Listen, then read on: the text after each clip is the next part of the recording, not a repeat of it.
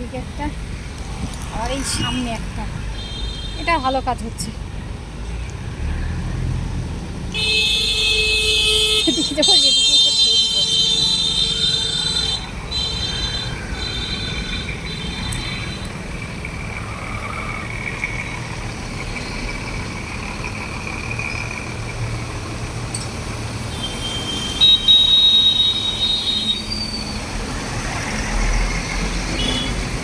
এটা ভালো কাজ।